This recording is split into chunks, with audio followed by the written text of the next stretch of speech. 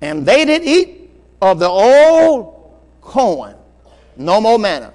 They ate of the old corn of the land. They ate of the old corn of the land on the morrow. Now, the old corn of the land means that the people who was in the land, they ran and hid because Israel was coming. Israel was coming. They was afraid, so they left all of their things full of corn, and they got out of their land. They ran for fear of their lives because God told them that they're going to have lands and houses that they didn't build. They're going to have garden. They're going to have corn that they didn't plant. Everything they had to already be there waiting for them. That's grace. I want y'all to see this thing. I said that's grace. When God has already fixed everything you need. Everything is taken care of for you. You got to understand you are in the dispensation of grace. If I can get you to come on over and be in the dispensation of grace and realize that you are the very glory of Christ.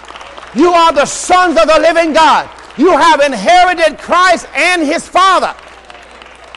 And everything that God has is yours. We got to start thinking. We got to start walking in this thing. This is how you're going to live this life.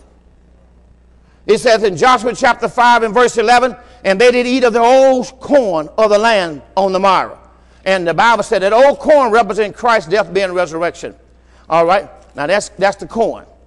So you went from manna that they found on the ground to a seed, grain, fruit, corn. Okay?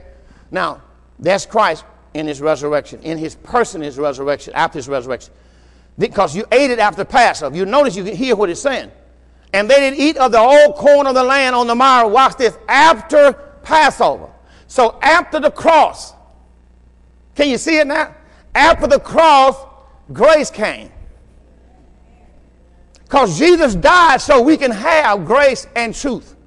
See, Jesus came that way I could have grace and truth. No man come to the Father but by me. He had to lay down his life so you to get to the other side. I don't think you understand. You know I used you to do this one time. Can I use you again? Deacon Cannon did a perfect, he's taller than I am too. He make a good cross to walk across on. I don't think they understand, Deacon, what the word cross means. Cross means I walk across on. So Jesus laid down his life. See, we could not get into the land of promise. That's why they had to do this. They had to get, there's no way we got a cross going into that children's church that you can see. Underneath is hell and all the demons and all the people who couldn't get over. But Jesus laid down his life so you can get over into grace. Lay down, Deacon. Let me show you something. You have to see it. Now here's the cross.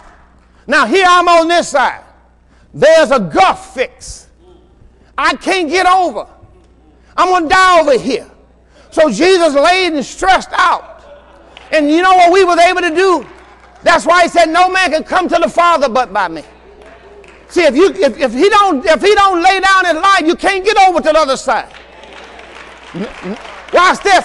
Noah built an ark to save his house, to get to the other side. Christ had to lay down his life so we can get to the other side. And that's exactly what you did. When I preach Christ and I preach him crucified, I preach his death, his burial, his resurrection. I preach his strength. I preach his victory. I preach everything. You know what happened? I'm preaching you on cross here, brother. You believe. You believe. You came cross because you believe in the death, in the burial, and the resurrection of Jesus Christ. Thank you, Deacon.